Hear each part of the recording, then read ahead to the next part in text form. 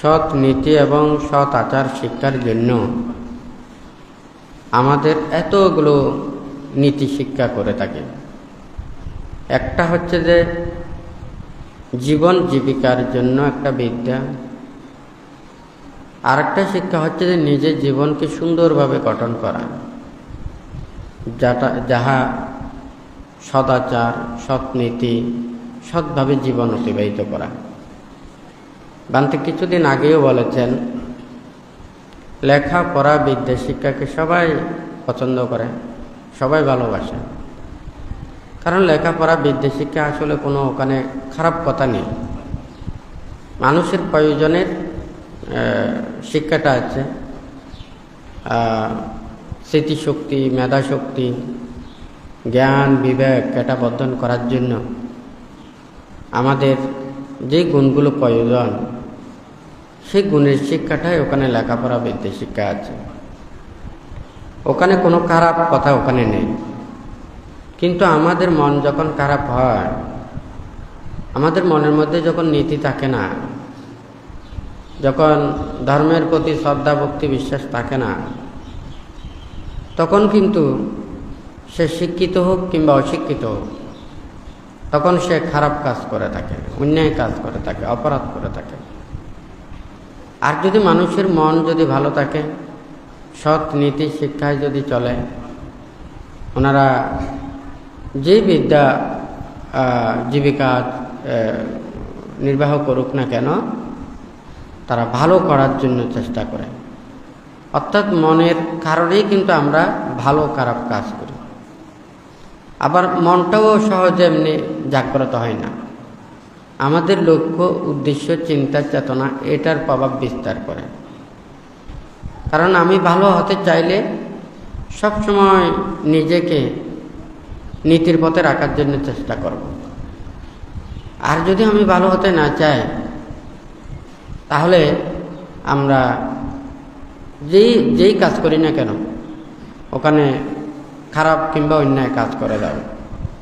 এটা হচ্ছে মনের উপরে নির্ভর। এখন মনটাকে যদি আমরা ঠিক করতে না পারি, তাহলে কোনোদিন এই পৃথিবীতে শান্তি আসবে না, সুখ আসবে না। দেখুন, কোনো মানুষকে যদি জিজ্ঞাসা করি, আপনারা সবচাইতে বেশি দুঃখ কোথা থেকে পান? রোগ, শোক, ভয়, উপদ্রব, এই দুঃখটা সবাই অনুভব করি। কিন্তু এটাকে কেউ বলবে না এটা বেশি দুঃখ। কিন্তু আমরা মানুষের কাছ থেকে যে দুঃখটা পাই, এই দুঃখটাই সবচাইতে বেশি হয় নাকি না? একজন মানুষ যদি বনে জঙ্গলে একাকীও বিচরণ করে, ওখানেই অনেক শান্তি আছে, অনেক সুখ আছে। কিন্তু আমরা যে কয়েকজন মানুষের সাথে থাকি, সে মানুষের মনের সাথে না মিশলে, সবাই মিলেমিশে না চললে, এখানে দুঃখটাই বেশি। আবার সবাই কখন পছন্দ করবে?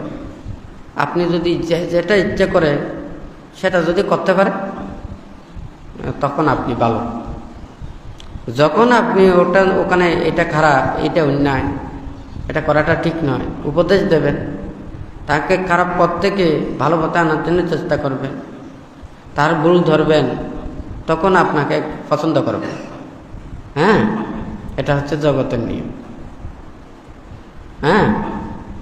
এখন যদি সেইভাবে যদি চিন্তা করি, আমি সবার ভালো হতে চাই, যে বলে যে আমি সবার ভালো হতে চাই, সেই মানুষটা কখনো ভালো না।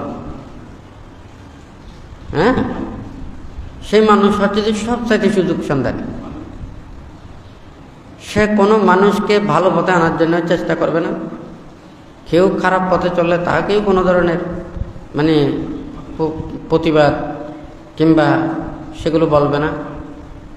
অনেকে মনে করবে যে এই মানুষটাই সবচাইতে ভালো, কারণ সেই মানুষটা আমি অন্যায় করলে, অপরাধ করলে সে কোনো কিছু বলে না। আমি স্বাধীনভাবে চলতে পারি, আমার মনে যেটা ইচ্ছে সেটা করতে পারি, এই মানুষটাই হচ্ছে আমার সবচাইতে প্রিয়। কিন্তু সেই মানুষটা হচ্ছে যে সবচাইতে বড় শত্রু। কারণ সে আমার ভুলগুলোকে দর্শন করায় না, সে আমাকে সবসময় এই পাপ অন্যায় অপরাধের এগুলো থেকে দূরে আনে না, এগুলো থেকে ওখানে এগুলোতে আমাকে নিমজ্জিত করে রাখে। তো সেই জন্য সবার ভালো হতে চাওয়াটাও ভালো নয়। বুদ্ধ বলেছেন যে কি অবাধিয়া আনুশাসিয়া আশাব্বাসা নিবারে সতং ইসুপিয়তি আসতং হতি আপি। যারা মানুষদেরকে সৎ উপদেশ দেয়, খারাপ পথ পরিত্যাগ করার জন্য উপদেশ দেয়, হ্যাঁ, কেউ অন্যায় অপরাধ করলে এগুলোকে বারণ করে, সে ভালো মানুষের প্রিয় হয় কিন্তু খারাপ মানুষের অপ্রিয় হয়। তো ঠিক তদ্রূপ প্রত্যেকের এই চেতনাটা রাখতে হবে। আমরা সবাই সুখে থাকতে চাই, শান্তিতে থাকতে চাই, কিন্তু আমরা এই দুঃখগুলো কোথা থেকে উৎপন্ন হয়, আমাদের সুখগুলো কোথা থেকে উৎপন্ন হয়, ভয় কোথা থেকে উৎপন্ন হয়? দেখুন, টাকা পয়সা, ধন দৌলত, অর্থ বৃত্ত, হ্যাঁ, এগুলোর থেকে মানুষের এতগুলো দুঃখ উৎপন্ন হয়। সবাই যদি একইভাবে থাকতো, এত দুঃখ থাকতো না। স্বর্গের মধ্যেও ওখানে হিংসা বিদ্বেষ আছে, কিন্তু এত হিংসা বিদ্বেষ নেই। আমরা মানুষের মতো ওখানে এত দুঃখ পাই না, কারণ ওখানে যার যার অধিকারগুলো কেউ ওখানে চিনিয়ে নিতে পারে না। যার যার পুণ্য প্রভাবে সে অধিকারগুলো লাভ করে। কেউ কারোটা ওখানে অপহরণ করতে পারে না, হ্যাঁ, চুরি করতে পারে না, চিনিয়ে নিতে পারে না। কিন্তু আমাদের দেশ সমাজ তো এই ধরনের না। হ্যাঁ, আপনি ওইদিকে রাস্তা দিয়ে যাচ্ছেন, আপনার শরীর যদি দুর্বল হয়, সবল মানুষ আপনাকে ধাক্কাও দিতে পারে, হয় নাকি না? তাহলে এখানে আমাদের প্রতিটা মুহূর্তে এখানে যার যত বেশি শক্তি, যার যত বেশি প্রভাব, যার যত বেশি মিথ্যা, যার যত বেশি অন্যায় অপরাধ, হয় নাকি না? এটা একটা এমন মানে জীবন, যে জীবনটা অতিবাহিত করা খুব কঠিন কাজ। এই মানুষের মধ্যে আমরা সবচাইতে বেশি দুঃখ পাই মানুষের কারণে। রোগ শোক ভয় উপদ্রব যতটুকু আছে, তার চাইতেও আমরা মানুষের মধ্যে আবার সুখও যেমনি বেশি পাই, দুঃখও এখানে সবচাইতে বেশি। যখন মানুষের একজনকে ভালোবাসে না, পছন্দ করে না, তখন তাকে দেখলেও খারাপ লাগে, তার কথা শুনলেও খারাপ লাগে। সে যতই ভালো কিছু বলুক না কেন, এগুলো সব আমাদের পছন্দ না। আবার যারা আমাদের অপ্রিয়, আমাদের শত্রু মনে করে, সেই শত্রুরও বন্ধু যারা, তাদেরকেও ভালো লাগে না। হ্যাঁ, দেখুন, ভালো খারাপ আমরা এমনি বলি, সুখ শান্তির কথাটা বলি, এগুলো কোথায় রয়েছে? একটা যদি আপনারা যা কিছু কাজ করেন, কাজের মধ্যে শুদ্ধতাও থাকবে, আবার অশুদ্ধতাও থাকবে। যখন আপনারা স্বার্থ পরিত্যাগ করবেন, তখন আপনাদের মনের মধ্যে কোনো খারাপ থাকবে না। যখন স্বার্থ উৎপন্ন হবে, তখন অটোমেটিক আস্তে আস্তে এটা উৎপন্ন হবে আমার। বুদ্ধ এই আমারটাকে পরিত্যাগ করার জন্য বলছে যে আমারটা কি, মাথা থেকে পা পর্যন্ত যেটা আছে, এটাকে তুমি সুন্দর করে রক্ষা করো। এটাকে তুমি যদি জয় করতে পারো, তাহলে তুমি আমারটা বুঝতে পেরেছো। হ্যাঁ, এখন বাহ্যিক যত কিছু আছে, এগুলোকে আমার বলতে গিয়ে, এগুলোকে আমরা রক্ষা করতে গিয়ে, একজন মানুষ ওখানে কেউ যদি সাঁতারাইয়া যদি স্রোতের নদী অতিক্রম করতে চায়, সে কিন্তু এমনি যেতে কষ্ট হয়। আর যদি ওখানে মনে করে সে যদি কোনো একটা জিনিস নিয়ে, কাঠ নিয়ে, কোনো একটা বস্তু নিয়ে যদি যায়, খোঁজা নিয়ে যায়, তাহলে তাকে স্রোতে এইভাবে তাকে শুদ্ধ পেশে নিয়ে যাবে। আজকে আমাদের মানুষের মধ্যেও কিন্তু এটা অবস্থা, হয় নাকি না? সবাইকে আমাদেরকে ফেলে চলে যেতে হবে, কিন্তু আমার বলতেছি কোনগুলো? টাকা পয়সা, ধন দৌলত, যত কিছু এগুলো আছে, এগুলোকে আমার করতে গিয়ে, এগুলোর পিছনে দৌড়তে গিয়ে আমাদের মনের মধ্যে আর ওখানে ভালো থাকতেছে। হ্যাঁ, এই যত, সেই জন্য বানতে বলেছে যে কি, 7টা মানুষকে অপদার্থ করে। হ্যাঁ, তো এটা বুঝতে হবে যে ওখান থেকেই সৃষ্টি। যখন ধান গাছ রোপণ করে না, মানে জ্বালা দিয়ে ওখানে যখন ধান ফলায় না, ওই আগাছা ধানের সাথে সাথে আগাছা কতগুলো আছে, যখন ওখানে ধানগুলো ফলায় না, আপনি একটাও ওই গাছটা দেখবেন না, এটার কোনো বীজই নেই, এটার কোনো বীজ নেই। যখন ওখানে ধান বীজগুলো ফলায়, ওখানে অটোমেটিক ধানের পাশে ওই ধান গাছের মতো অটোমেটিক এই আগাছাগুলো হয়। এগুলোর বীজ কোথায় বলুন তো? বীজ আছে? কিন্তু ওখানে ফেলেছে যে একেবারে পরিষ্কার করে শুধু ধান ফেলেছে, ধান গাছের মতো আগাছা কতগুলো আছে না, এগুলোর বীজ তো কেউ বলাই নাই, অটোমেটিক ওখান থেকে উৎপন্ন হয়েছে। অর্থাৎ এটা সহজাত ধর্ম। মানুষের যখন স্বার্থ চিন্তা করবেন, তখন এই পাপগুলো অটোমেটিক এসে যাবে। আপনার যখন নীতি থাকবে, ধর্ম থাকবে, আপনি যেটা কাজ করুন না কেন, আপনি শিক্ষিত হোক কিংবা অশিক্ষিত হোক, আপনি অন্যায় করবেন না, অপরাধ করবেন না। আমাদের মানসিকতার এটা স্বভাব। যেই মানুষ সবসময় কুটিল স্বভাবে, সে যেদিকে কাজ করুক না, সবসময় কুটিলতা চিন্তা করে, হয় না? এই রূপে কোনো মানুষ যদি সে ভালো হয়, যে কোনো জায়গায় চিন্তা করলে ভালোটা চিন্তা করবে, খারাপটা চিন্তা করবে না। তোই স্বার্থই আমাদেরকে এগুলো খারাপের কর্মপথে নিয়ে যায়।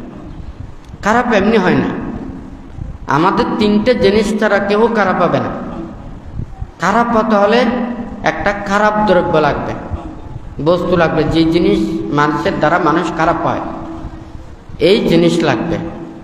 খারাপ সঙ্গী লাগবে, খারাপ পরিবেশ লাগবে। তাহলে আমরা ভালো হতে চাই, তাহলে তিনটে জিনিস যদি পরিত্যাগ করি, এই জিনিস সেই জিনিস থেকে মানুষ খারাপ হয়। এগুলো কাছে রাখলে, এগুলো ধরলে, এগুলো ব্যবহার করলে মানুষ খারাপ হয়। তাহলে যারা এগুলো থেকে দূরে থাকবে, খারাপ সঙ্গী থেকে দূরে থাকবে এবং খারাপ পরিবেশ থেকে দূরে থাকবে, তাহলে সে অবশ্যই একদিন না একদিন ভালো হতে পারবে। কিন্তু যে মানুষ এগুলোর সাথে থাকে, সেই মানুষ যদি সেটা বুদ্ধিরও যদি সান্নিধ্য লাভ করে, সে মানুষ ভালো হতে পারবে না।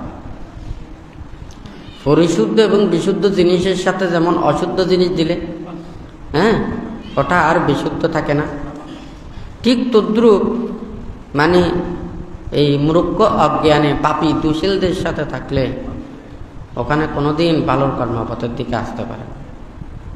কিন্তু আমরা ধর্ম উপদেশ দিতে গিয়ে, আরেকজনকে ধর্ম শিক্ষা দিতে গিয়ে আমাদেরও তো চিন্তা করা উচিত, আমার কতটুকু জ্ঞান আছে, আমার কতটুকু শিক্ষা আছে। আমরা লেখাপড়া করি, কেউ প্রাইমারি স্কুল অতিক্রম করেছে, কেউ হাই স্কুল করেছে, কেউ কলেজ করেছে, কেউ বিশ্ববিদ্যালয় করেছে, হয় না কেন? তাহলে আমরা সেই শিক্ষার পথে গিয়ে যার যার একটা যোগ্যতা আছে। এখন আমি প্রাইমারি পর্যন্ত অতিক্রম করেছি, এখন সবাই আমার কাছে আসবেন, সবাই আমাকে পূজা করবেন, আমাকে সেবা করবেন, এটাই আমি চাই। এখন আপনাদেরকে আমি দিতে পারবো তো মাত্র প্রাইমারি পর্যন্ত। আপনারা প্রত্যেকে আমাকে শ্রদ্ধা করেন, ভক্তি করেন, বিশ্বাস করেন, তাহলে আমি আপনাদেরকে মাত্র প্রাইমারি পর্যন্ত দিতে পারবো, হয় নাকি না? কিন্তু একজন মানুষের কথাটা চিন্তা করা উচিত। ওদের তো হেতু আছে, ওরা তো উপরে যেতে পারে, ওরা হাই স্কুলেও পড়তে পারে, কলেজেও পড়তে পারছে, বিশ্ববিদ্যালয়েও করতে পারে, কেন ওখানে যেতে পারবে না? কিন্তু আমরা সেটা চিন্তা করি না। দেখুন, এটা হচ্ছে যে সবচাইতে বড় অজ্ঞানতা। বুদ্ধির ধর্মটা হচ্ছে উপলব্ধির ধর্ম, এটা লৌকিক ধর্ম নয়, এটা হচ্ছে লোকোত্তর ধর্ম। আপনি সারাদিন বইপত্র পড়বেন, সারাদিন ধর্ম কথা শুনবেন, কিন্তু আপনার মনের সাথে যদি ধর্মটা যদি না লাগে, এই ধর্ম ওখানে কোনো কাজে আসবে না। এই ধর্ম আমি শ্রবণ করতেছি কেন? মনের ভিতরের পাপ যাতে দূরীভূত হয়, অজ্ঞতা যাতে দূরীভূত হয়, সম্যক সংকল্পবদ্ধ হয়, সে যাতে পাপের দিকে যদি না যায়, হয় নাকি না? এখন আমি ধর্ম শ্রবণ করতে আমার মনের ভিতর পাপগুলোকে দূরীভূত করতে পারি না। আমি মিথ্যা দৃষ্টিতে ধারণ করেছি, আমি অন্যায়ে ধারণ করেছি। তাহলে এটা যদি আমার অন্তরের মধ্যে থাকে, আমি তো উপরের দিকে যেতে পারবো না। বুদ্ধ ৪৫ বছর যাবৎ ধর্মদান করেছেন। তাহলে ওই ধর্মদান করার পূর্বে উনি যে বুদ্ধিজ্ঞান লাভের জন্য প্রচেষ্টা চালিয়েছেন, আশবক্ষ জ্ঞান উনি লাভ করেছেন, বুদ্ধিজ্ঞান লাভ করেছেন। উনি সকল প্রকার লোভ, দেশ, মোহ এগুলোকে পরিত্যাগ করে সবার কাছে মুক্তির ধর্ম দেশনা দিয়েছেন। হ্যাঁ, তাহলে বুদ্ধির সান্নিধ্যে থাকলে সবাই মুক্তির পথে আসতে পারবে। কিন্তু যারা বুদ্ধ ধর্মকে উপলব্ধি করতে পারে না, তাহলে সে অন্যজনকে কিভাবে উপলব্ধি করাবে? এটা কি কখনো সম্ভব? একটা যদি উচ্চ ক্লাসে না পড়লে সে উচ্চ ক্লাসের ছাত্রদেরকে শিক্ষা দিতে পারে না। ধর্ম উপদেশ এই নয় যে মানে এক বই একটা দিয়ে দিলাম, উপদেশ একটা দিয়ে দিলাম, এটা দিয়ে তো হবে না। একচুত শ্রমণ করাতে হলেও তো বিকু লাগে, দায়িত্ব শ্রমণ করাতে পারে না, হয় নাকি না? এই নীতিটা তো আমরা মানি। যদি বলে যে না আমরা মানে উপরের দিকে যেতে পারবো, এটা হচ্ছে আচরণের মাধ্যমে, উপলব্ধির মাধ্যমে এটা সম্ভব।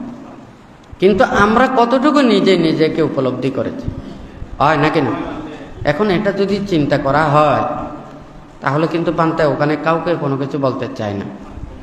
তখন বলবেন যে আপনাদের নিজেদের স্বার্থের মধ্যে আপনার বান্তে কোনো কিছু বলছেন, কিন্তু বান্তে বলে কোনো লাভ নেই। আপনারা স্বর্গে গেলেও আপনাদের ইচ্ছে, নরকে গেলেও আপনাদের ইচ্ছে, নির্বাণ মুক্তির চাইলেও সেটাগুলো আপনাদের ইচ্ছা। আমি জোর করে আপনাদেরকে এটা কোনো দিকে আনা সম্ভব না। তবে বুদ্ধির নীতি শিক্ষা উপদেশ যেটা ত্যাগের, বিরাগের, এটা তো আমাকে বলতে হবে। আপনি গ্রহণ করবেন কিংবা না করবেন এটা হচ্ছে আপনার ব্যাপার। কিন্তু আমাকে তো সত্যের কথা বলতে হবে, আমাকে তো জ্ঞানের কথা বলতে হবে, আমাকে তো প্রজ্ঞার কথা বলতে হবে, হয় নাকি না? বুদ্ধ ত্যাগী, নির্জন অরণ্যে উনি অষ্ট উপকরণ নিয়ে বনে জঙ্গলে ত্যাগময় জীবন আচরণ করেছেন, হয় নাকি না? তাহলে উনি তো আমাদের মতো একেবারে কুটিরে বিহারে দিনে রাত্রে ওগুলো থেকে তো উনি বিচরণ করতে পারতেন। বুদ্ধ তো বলেছেন অতীত বুদ্ধগণ, বর্তমান বুদ্ধির অনুশাসন এবং ভবিষ্যতে যে বুদ্ধগণ আসবেন ওনারা সবাই এই ত্যাগের কর্মপটটা গ্রহণ করবেন। কিন্তু আমরা অপরজনকে জ্ঞানের শিক্ষা দিতে গিয়ে, ধর্মের শিক্ষা দিতে গিয়ে আমরা যখন এগুলো আচরণ করি না, তখন এগুলোর প্রতি মানুষের যাহাতে আকর্ষণ কম থাকে, হ্যাঁ, কম উৎপন্ন হয়, সেই ধরনের আমাদের কথাগুলো বলি। আমি যেমন সেই রূপে সবাইকে এইভাবে আনতে চাই, তাহলে এটা ভুল না? ধারণাটা ভুল, শিক্ষাটা ভুল। তাহলে বুদ্ধ যদি এত জ্ঞানী হতেন, এত ত্যাগী হতেন, হ্যাঁ, উনি এই কর্মপথটা আচরণ করেছেন। এখন তার চাইতে যদি আমি এই কর্মপথের নির্দেশটা দিই, তাহলে হয়তো বুদ্ধের কথার উপরে মাতব্বরি মাস্টারি না, হয় নাকি না? তাহলে উনার জ্ঞান বেশি নাকি আমাদের সাধারণ একজন সাধকের জ্ঞান বেশি? বুদ্ধের জ্ঞানের চাইতে এগুলো কোনো কিছুই না। হ্যাঁ, এগুলো পুকুরের সামান্য পানি, আর বুদ্ধের জ্ঞানটা হচ্ছে সমুদ্রের অজস্র পানির মতো, হয় নাকি না? উনি ধীর, স্থির, শান্ত। হ্যাঁ, বুদ্ধ নির্বাণ এবং মুক্তির কর্মপথে কোনো প্রতিদ্বন্দ্বিতা নেই। আপনি যত নির্বাণ এবং মুক্তির কর্মপথের দিকে যাবেন তত আপনি শান্ত হবেন, দান্ত হবেন, সমাহিত হবেন, ভদ্র হবেন, ক্ষমাশীল হবেন, মৈত্রীপরায়ণ হবেন, হয় নাকি না? তাহলে যে যত বেশি নির্বাণের দিকে যাবে সে শান্ত হয়ে যাবে। কিন্তু আজকে আমরা যদি এগুলো যখন বলি, একটা মনে করেন ওখানে ব্যাঙ এমনিই বসে আছে, যখন সাপকে দেখে ব্যাঙকে তখন আর ওখানে নীরবে থাকতে পারবে? তখন ওখানে ভয়ে থাকবে, না হয় ওখানে পালাবে, হয় নাকি না? আর যদি সাপকে না দেখে তখন ব্যাঙ এমনি ওখানে বসে থাকবে অথবা এমনি চলাচল করবে। মানুষের যখন অজ্ঞান, অধর্ম এবং পাপ কর্মপথে চলে, অন্যায় কর্মপথে চলে, যখন ধর্ম কথা বলে তখন তাহাতে সহ্য হয় না। নীতির কথা বললে সহ্য হয় না, বিনয়ের কথা বললে তখন তাহাদের সহ্য হয় না। কেন? আমি হয়তো বুদ্ধের ধর্মকে বুঝতে না হয় ব্যাপারই, যাদের কর্ম আছে, যাদের হেতু আছে, যাদের প্রচেষ্টা আছে, যাদের ইচ্ছা আছে, তারা কেন ধর্ম আচরণ করতে পারবে না? কেন তারা মুক্তির কর্মপথে আসতে পারবে না? আমি তো বুদ্ধের অনুসারী বলি, আমি তো বুদ্ধের পুত্র বলি, আমি কেমন স্বার্থপর বলুন তো? যার আশ্রয়ে আছি সে তার গুণগুলোকে আমরা বলতে চাই না, আমরা এগুলো মানতে চাই না, আমরা মানুষের কাছে বলতে চাই না। বুদ্ধ ত্যাগী, বিরাগী, সংযমী, বিমুক্ত। কথাটা ঠিক নাকি বেটে? তাহলে বুদ্ধির ধর্মের নীতির আশ্রয়ে আসা সবাই এইভাবে শান্ত প্রকৃতির মধ্যে আসবে। হ্যাঁ, যারা যত বেশি নির্বাণের কাছে আসবে তারা এই শান্ত হয়ে যাবে, আর যারা যত বেশি বুদ্ধির দূরে থাকবে তারা হয়তো ওখানে লোভ, দেশ, মোহে আশ্রিত হয়ে ওখানে ব্যতিক্রম আচরণ করতে পারে। কিন্তু এগুলো তো খুব সহজে জানা যায়, বুঝতে পারবেন না। কারণ আপনারা যখন ওখানে বসেছেন, বসতে বসতে যখন ব্যথা করে তখন আপনাদের এই বসাটাও ভালো লাগবে না। আপনাদেরকে যদি বলি আপনার খুব প্রিয় আহার, এগুলো 1 ঘন্টা করে, 1 ঘন্টা নয়, সারাদিন করে খেতে হবে, সব যা খেতে পারো, কিছুক্ষণ পরে যখন ব্যথা করবে বলবো যে আর আমি খাবো না, কেন উঠে চলে যাবো। ঠিক নাকি বেঠিক? কারণ ওই ব্যথাটা যখন সহ্য করতে পারবেন না তখন ওই মুখের প্রিয় এগুলো পরিত্যাগ করতে ইচ্ছা করবে। ঠিক তদ্রূপ মানুষ যখন এই ধর্ম, বুদ্ধ যা কিছু ধর্ম উপদেশ শিক্ষাগুলো দিয়েছে, এগুলো হচ্ছে যে ত্যাগের দিকে। যখন আপনার আর ত্যাগটা ভালো লাগবে না, সহ্য হবে না, তখন ওই বুদ্ধের উপদেশ কোনোটাই আপনার ভালো লাগবে না। ভান্তে প্রায় সময় দেশনায় বলে থাকেন, উনি বুদ্ধিজ্ঞান লাভ করার পরে এই ধর্মটা মানুষের কাছে এটা দিতে চায়নি, উপদেশ ধর্মদান করতে চায়নি। কারণ সবাই এই লৌকিক রূপ, রং, বৈচিত্র্যে, ইন্দ্রিয় সুখে যতই বেশি ওখানে সবাই এদিকে আসক্ত। এখন বুদ্ধের ধর্মটা হচ্ছে ত্যাগের দিকে, বিরাগের দিকে, নিরোধের দিকে। এখানে বুদ্ধ সবসময় বলবেন যে কোনটা সাধারণ মানুষ যেটা চায় না সেটাই বলবেন। এখন এটা তো সবার ভালো লাগবে না, হয় নাকি না? এটা কি ধরনের? যেমন মনে করেন প্রথম থেকে যদি তারা ত্যাগের শিক্ষাটা নেয়, সবসময় বুদ্ধের কথাটা ভাবে, এই জন্মান্তরের কথাটা ভাবে, এই পুনঃ জন্মের যে দুঃখের কথাটা ভাবে, তখন সে গ্রহণ করার সময় তাহলে সে অনাসক্ত চিত্তে গ্রহণ করে। আবার সেগুলো যদি সে আসক্ত বসে গ্রহণ করে তাহলে তার যত বেশি এটা দীর্ঘদিন যাবে। আমরা সবাই সংসারের মধ্যে সুখে থাকতে চাই, আনন্দে থাকতে চাই। এখন আপনাদেরকে দুঃখও দিতে পারি না, কষ্টও দিতে পারি না। আপনারা সবাই বলবেন আমরা সংসারের মধ্যে কত দুঃখে আছি, কত অভাব, অনটন, রোগ, শোক, ভয়, উপদ্রব, আরও কত কি।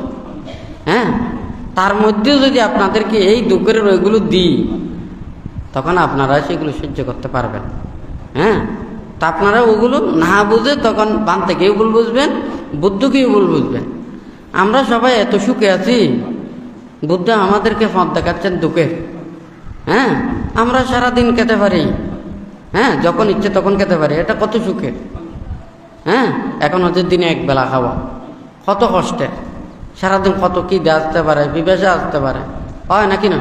এখন আপনারা বলবেন যে কি এত কষ্ট কিসের জন্য? আছে তো, খাও।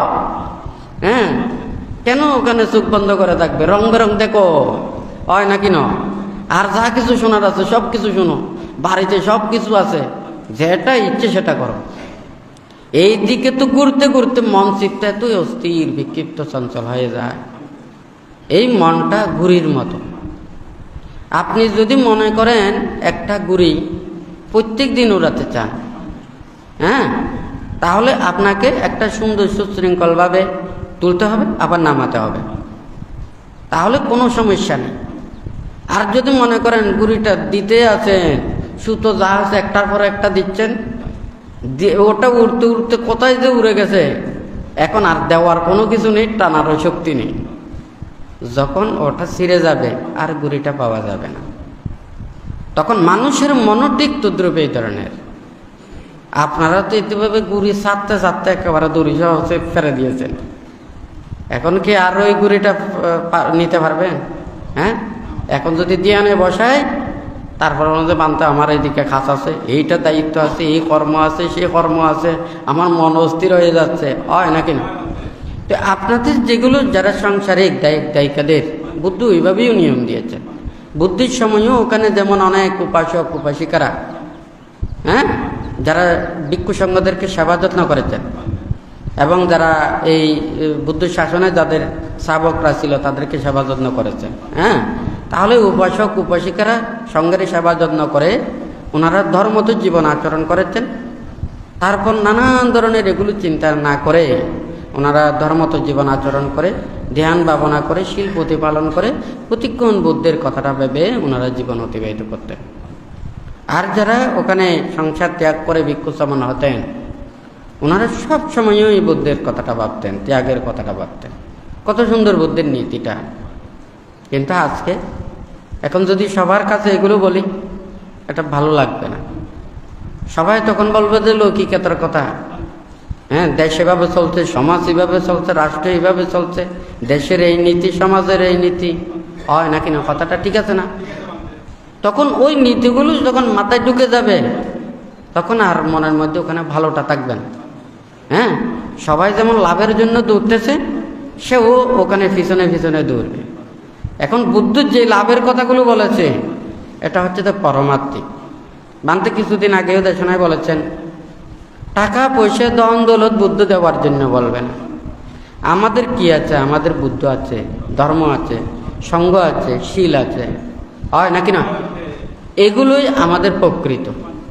আর সংসার জীবন চালানোর জন্য অর্থ বিত্ত টাকা পয়সা যা কিছু এগুলো প্রয়োজন, হয় নাকি না? আর আমাদের প্রকৃত ধর্মজ্ঞান লাভের জন্য এগুলোই প্রয়োজন। এগুলো হচ্ছে প্রকৃত। যতদিন পর্যন্ত নির্বাণ সাক্ষাৎ করতে না পারে, ততদিন পর্যন্ত এগুলো আমাদেরকে সৎপথ দেখাবে, মিথ্যে কর্মপথে না। সব সময় আমাদের মানুষদেরকে, যেমন মনে করেন এইদিকে দুইটা পথ আছে, একটা পথে যদি ওখানে কাটা অথবা পথটা যদি খারাপ করে দেয়, তখন অন্য পথটা সবাই ধরতে চাইবে, কারণ এই পথে সুবিধা না, অন্য পথটাই সুবিধা, হয় নাকি না? আমাদের মানুষের মধ্যেও যখন আমাদের মন যখন খারাপ হয়, মানুষদেরকে ভালো পথ না দেখে খারাপ পথটা দেখাই দেয়। হ্যাঁ, ভালো পথে কাটাটা রেখে, ভালো পথটা ডেকে রেখে খারাপের পথটাই ওইদিকে দেখাই দেয় যখন মন খারাপ হয়। আর যখন মানুষের মন ভালো হয়, তখন ওই ভালোর পথটা পরিষ্কার করে রাখে, ওইদিকে যাওয়ার জন্য মানুষেরকে পথটা দেখায় দেয়। তো যারা লৌকিকতা চিন্তা করবে, হ্যাঁ, কোনো দিন প্রকৃত বুদ্ধের এই নির্বাণ পদায়ক ধর্ম এটা উপলব্ধি করতে পারবে না। আমরা সাধারণত দেখে বান্তে দেশনাই বলেছেন, এখন সবাই বলবে কি, আমি টাকা পয়সা রোজগার করে ধনী হতে চাই। আপনি পাপ সাপ এগুলো বিচার না করে মিথ্যে অন্যায় অপরাধ এগুলো এই কর্মপথে চলে দিনে রাতে যা কিছু করবেন তাড়াতাড়ি টাকা পয়সা প্রাপ্ত করতে পারবেন। যত পাপ তত লাভ, যত মিথ্যে তত লাভ। হ্যাঁ, কিন্তু সত্য পথে চলবেন, ভালো পথে চলবেন, লাভ বেশি পাবেন না বটে, কিন্তু শান্তি পাবেন, সুখ পাবেন, স্বস্তি পাবেন, বিশ্বাস পাবেন, আস্থা পাবেন, শ্রদ্ধা পাবেন, হয় নাকি না? তাহলে অজ্ঞানী মানুষেরা পার্থিব এগুলোর প্রত্যাশা করে, আর জ্ঞানী মানুষেরা এগুলো প্রত্যাশা করে না। ওরা মানুষের মনটাকেই সবথেকে গুরুত্ব দেয়। তো এই ধর্ম শিক্ষা উপদেশগুলো আমাদের এটা মনের ভিতরের শিক্ষাটার মতো। যেমন ওখানে আমাদের যখন অসুখ হয়, তখন আমরা ওষুধগুলো খাই, অথচ ব্যথাটা হয় পায়ের গোড়ায়। আমি খেলাম মুখ দিয়ে, ব্যথাটা চলে যায় পায়ের গোড়ায়, হয় নাকি না? তাহলে যেখানে খাই না কেন, যেই শরীরের যে স্থানে এটা হোক না কেন, এটা মানে ওখানে ক্রিয়া করে, হয় নাকি না? ঠিক তদ্রূপ আমাদের ধর্ম এটা মনের সাথে ওখানে মিলতে হবে, তখন আমাদের এগুলো ভালো লাগবে, বুঝতে পারবে। কিন্তু যখন লৌকিকতা চিন্তা করবে, তখন এই ধর্ম এটা বুঝতে পারবে না, ওই লৌকিকতা চিন্তা করবে, আমি দুনিয়া হতে চাইলে তো ওদের মতো কাজ করতে হবে, প্রাণী হত্যা করব, হ্যাঁ, নানান ধরনের এগুলো প্রাণী বাণিজ্য করব, অন্যায় করব, অপরাধ করব, হয় নাকি না? খুব সহজেই ওখানে পারবে। কিন্তু একজন যদি শুদ্ধভাবে নীতির পথে, ভালো পথে সে যদি চলতে চায়, তার জীবনটা আসলে কষ্ট হলেই শান্তি পায়, সুখ পায়। হ্যাঁ, সে মৃত্যুর পরেও তার যা কিছু অর্জিত এগুলো নিয়ে যেতে পারবে। কিন্তু যারা বাহ্যিক এগুলো নিয়ে গর্ব করে, এগুলো জীবদ্দশায় সারা জীবন কষ্ট পেয়ে পেয়ে থাকতে হবে, মৃত্যুর পরেও মানে তাহাকে এগুলো সব ফেলে চলে যেতে হবে। তাই বলে কি আমাদের এখানে কোনো কুশল কর্ম না করার জন্য বলে না। সৎকর্ম মানুষদের যা কিছু করে সৎ চেতনা দিয়ে করে, ওরা যদি এগুলো পেয়ে যদি উপকৃত হয়, এই পুণ্যগুলো সে ইহকালেও ভোগ করে, মৃত্যুর পরেও ভোগ করে। কুশল, সৎ এবং চেতনা সেটা রাখতে হবে, হয় নাকি না? সৎ মানসিকতা থাকলে আমরা ভালো কিছু করতে পারব। কিন্তু কাউকে আমি দুঃখ দিয়ে, কষ্ট দিয়ে যদি কারো যদি উপকার করতে চাই, বান্তে দেশনায় বলে ওখানে এই খালে যদি আপনার শক্তি আছে, খালের পার বরাইয়ে আপনি ওখানে ওইদিকে বাদ দিয়েছেন আর কি। এখন পানি যখন যেতে পারবে না, ওই পারটা ভেঙে যাবে। তাহলে আপনি একই সুখ করার জন্য আরেকজনকে দুঃখ দিচ্ছেন। এখানে তো সব সমান, কিন্তু আপনি অপরজনকে সুখ দেবেন, কাউকে দুঃখ দিয়ে নয়, কষ্ট দিয়ে নয়। তাহলে এটাই হবে প্রকৃত। তো বুদ্ধ বলেছে যে মানে যারা অপরজনকে দুঃখ দিয়ে আমরা যদি সুখ কামনা করি বা সুখ প্রত্যাশা করি, তাহলে আমরা প্রকৃত সুখ লাভ করতে পারবো না। আর যদি অপরজনকে সুখ দিয়ে, শান্তি দিয়ে, উপকার করে আমি নিজে আনন্দ পাই, তৃপ্তি পাই, তাহলে আমরা প্রকৃত সুখ লাভ করতে পারবো, শান্তি লাভ করতে পারবো, হয় নাকি না? অর্থাৎ কাউকে দুঃখ দিয়ে, আঘাত দিয়ে, কষ্ট দিয়ে নয়, সবাইকে সুখ দিয়ে প্রকৃত মঙ্গলের কর্মপথে এনে আমাদেরকে সুখ প্রত্যাশা করতে হবে। আর কেউ যদি অন্যায় করে কিংবা অপরাধ করে, হয়তো তাহাকে আমরা সেটা নিয়ন্ত্রণ করতে পারি আমাদেরকে দূরে থেকে, হয় নাকি নয়? কিন্তু আপনি ওইভাবে প্রতিরোধ করে পারবেন না। হ্যাঁ, এটা করলে বরঞ্চ আপনারই ক্ষতি হবে। কারণ অন্যায়টা যখন মানুষ সবাই গ্রহণ করে, আপনি একাই প্রতিবাদ করলে ওখানে কোনোটাই হবে না, বরঞ্চ দেখা যাবে আপনিই শত্রু হয়ে যাবে, হয় নাকি? এটা মানুষদেরকে ভালো পথে আনার জন্য বুঝাতে হবে। আসলে মানুষের মতো ভালো আর অন্য কোনো প্রাণী নেই। হ্যাঁ, মানুষের মতো দয়া মায়া আর অন্য কোনো প্রাণীর মধ্যে নেই। কিন্তু আমরা মানুষদেরকে খারাপ করি। হ্যাঁ, আমাদের স্বার্থের কারণ, আমাদের লাভের জন্য, আমাদের নিজের স্বার্থের জন্য তখন আরেকজন মানুষকে খারাপ বানায়।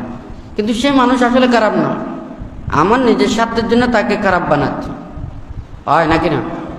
একজন মানুষ এখানে বিপদে পড়ুক, সবাই দুধ দেবে, হ্যাঁ, তাকে উপকার করার জন্য, যেগুলো অন্য কোনো প্রাণীর মধ্যে নেই। শুধু আমরা সবাই বলি সবাইকে সুখ দেওয়ার জন্য, সবাইকে শান্তি দেওয়ার জন্য, হ্যাঁ, উপকার করার জন্য, আপনাদের মঙ্গল করার জন্য, আপনাদের জনমালের নিরাপত্তার জন্য আমি যা কিছু করছি। যখন নিজের স্বার্থটা পেয়ে যায়, সব কিছু ভুলে যায়, হয় নাকি না? এইভাবে কোনোদিন কেউ আসলে প্রকৃতপক্ষে ভালো হতে পারবে না। আমাদের প্রত্যেকেই নিঃস্বার্থ হতে হবে, একে অপরের সাথে মিলেমিশে চলতে হবে, তাহলে ওখানে প্রত্যেকেই শান্তি পাবেন। যেমন মনে করেন 5 জন যদি তারা যদি অন্তরঙ্গ বন্ধু হয়, যেখানে যায় সেখানে কত আনন্দ, ঘুরলে আনন্দ, কাজ করলে আনন্দ, হয় নাকি না? আর যদি মনে করেন ওখানে যদি এক একজনের ওখানে শত্রু, এখানে একজনও কিন্তু ওখানে শান্তিতে থাকবে না। এ মনে করবে ওর খারাপ থাকছে, এ মনে করবে আমাকে ও মনে বিপদে ফেলবে, হ্যাঁ, আর একজন অপরজনের প্রতি যে অবিশ্বাস, হ্যাঁ, এখান থেকে দুঃখগুলো উৎপন্ন হয়, হয় নাকি না? তো যাই হোক, ধর্মপথে আসা সবাই মানে বুদ্ধের আশ্রয়ে, ধর্মের আশ্রয়ে, সঙ্গের আশ্রয়ে, সবাই একই নীতির আশ্রয়ে থাকলে ওখানে তেমন কোনো দুঃখ থাকে না। আপনি ধার্মিক হবেন, ধর্মপ্রাণ হবেন, আপনার কোনো ওখানে ধার্মিক মানুষের অভাব থাকবে না। আপনি ধর্মপথে চলবেন, যেখানে যেখানে ধর্মপ্রাণ মানুষ আছে আপনাদের সকল ওটা আপনাদের আত্মীয়ের মতো হয়ে যাবে, বন্ধুর মতো হয়ে যাবে, প্রিয় মানুষের মতো হয়ে যাবে, হয় নাকি না? তাহলে ধার্মিক মানুষের কিন্তু ওখানে মানে বন্ধুর কোনো অভাব থাকে না। কিন্তু অধর্মপথে চললে, হ্যাঁ, নিজের ঘরের মানুষই শত্রু হয়। কথাটা ঠিক নাকি বেটি? আর যদিও কেউ যদি ওখানে মানে বন্ধু হয়, সেগুলো স্বার্থের কারণে হয়, কিন্তু প্রকৃত নয়। ঠিক আছে? তো যাই হোক, বান্তে সবাইকে বলেছেন আপনারা প্রত্যেকে শীল প্রতিপালন করবেন, ধর্মপথে চলবেন, নীতির পথে চলবেন, আর যতটুকু পারেন এই বুদ্ধের এই ত্যাগের বাণীগুলো শ্রবণ করে কখন যে এই নির্বাণ মুক্তি কর্মপথে এসে আপনারা মুক্ত হতে পারবেন, এই কথাটা সব সময় চিন্তা করবেন। দুঃখকে ভয় করবেন না। ত্যাগ, সহ্য, ধৈর্য, ক্ষমা, মৈত্রী, এগুলো হচ্ছে যে মুক্তির কর্মপথের এই সদ্গুণগুলো। এগুলো যার যত বেশি থাকবে তত বেশি নির্বাণ এবং মুক্তির কর্মপথটা সহজ হবে। আমাদের ক্ষমা না থাকলে, ধৈর্য না থাকলে, মৈত্রী না থাকলে, অহিংসা চেতনা না থাকলে আমরা মুক্তির পথে আসতে পারবো না। আজকে পুরো পৃথিবী যে একটা জ্বলন্ত অগ্নিকুণ্ডের মতো, হ্যাঁ, অস্বস্তিতে মানুষ জীবন আচরণের মতো। কেন? কারণ আমাদের ক্ষমা নেই, মৈত্রী নেই, হ্যাঁ, অহিংসা নেই, একজন অপরজনের প্রতি যে একটা ধৈর্য ভাবাপন্ন এই চেতনা আমাদের যত এটা দূরে চলে যাবে, হ্যাঁ, তত বেশি এটা হিংস্র হয়ে যাবে। আর যদি এগুলো যদি থাকে তখন মানুষের মধ্যে আন্তরিকতা বৃদ্ধি পাবে। কেউ কারো প্রতি আক্রোশ থাকবে না, বিদ্বেষ থাকবে না, হিংসা থাকবে না। তো এই এই সদ্গুণগুলো আমাদের আয়ত্ত করতে হবে। এইগুলো যদি আমরা আয়ত্ত করতে পারি তাহলে একে অপরের যে একটু সহমর্মিতা জীবন আচরণ করে, হ্যাঁ, কেউ কারো প্রতি আঘাত করার জন্য চিন্তা করবে না, ক্ষতির চিন্তা করবে না। আর যদি আমাদের যত বেশি হিংসা, বিদ্বেষ, হ্যাঁ, লোভ, দেশ, মোহ এটা বর্ধিত হয়, তাহলে আমরা কেউ প্রকৃত সুখ শান্তি লাভ করতে পারবে না। তো যাই হোক, আপনারা প্রত্যেকেই যতদিন পর্যন্ত নির্বাণ সাক্ষাৎ করতে না পারেন ততদিন পর্যন্ত কল্যাণ মিত্রদের সান্নিধ্যে থেকে সৎ মাতা পিতা লাভ করে যাতে ধর্মত জীবন আচরণ করে প্রত্যেকে নির্বাণ লাভ করতে পারেন, সেই রূপে মনের মধ্যে আশা আকাঙ্ক্ষা প্রত্যাশা রেখে বুদ্ধ ধর্ম সংঘের কাছে আশীর্বাদ প্রার্থনা করে 3বার সাধুবাদ প্রদান করুন।